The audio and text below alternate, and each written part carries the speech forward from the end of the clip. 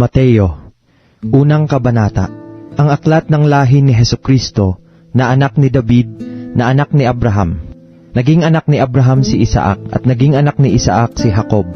At naging anak ni Jacob si Juda, at ang kanyang mga kapatid. At naging anak ni Juda kay Tamar si Fares at si Zara. At naging anak ni Fares si Esrom.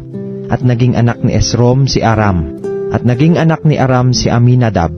At naging anak ni Aminadab si Naason. At naging anak ni Naason si Salmon. At naging anak ni Salmon kay Rahab si Buz. At naging anak ni Buz kay Ruth si Obed. At naging anak ni Obed si Jesse.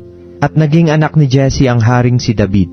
At naging anak ni David si Salomon, doon sa naging asawa ni Urias. At naging anak ni Salomon si Rehoboam. At naging anak ni Rehoboam si Abias. At naging anak ni Abias si Asa. At naging anak ni Asa si Josaphat.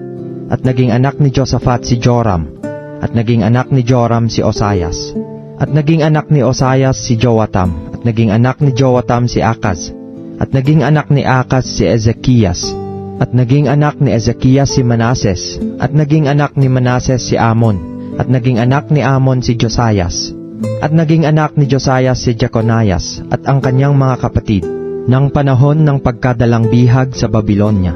At pagkatapos ng pagkadalang bihag sa Babilonya, ay naging anak ni Jeconias si Salatiel. At naging anak ni Salatiel si Zorobabel. At naging anak ni Zorobabel si Abiud. At naging anak ni Abiud si Eliakim. At naging anak ni Eliakim si Azor. At naging anak ni Azor si Sadok. At naging anak ni Sadok si Akim. At naging anak ni Akim si Eliud. At naging anak ni Eliud si Eleazar. At naging anak ni Eleazar si Matan. At naging anak ni Matan si Jacob. At naging anak ni Jacob si Jose, asawa ni Maria, na siyang nanganak kay Jesus, na siyang tinatawag na Kristo. Sa makatuwid, ang lahat ng mga salit-saling lahi buhat kay Abraham hanggang kay David ay 14 na salit-saling lahi.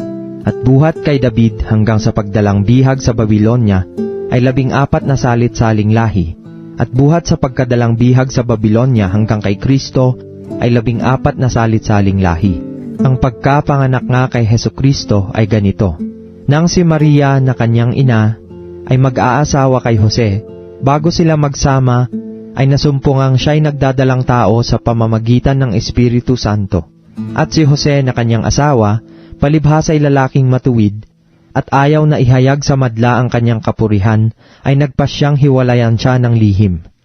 Datapwat samantalang pinag-iisip niya ito, narito, ang isang anghel ng Panginoon ay napakita sa kanya sa panaginip, na nagsasabi, Jose, anak ni David, huwag kang mangamba sa pagtanggap kay Maria na iyong asawa, sapagkat ang kanyang dinadalang tao ay sa Espiritu Santo.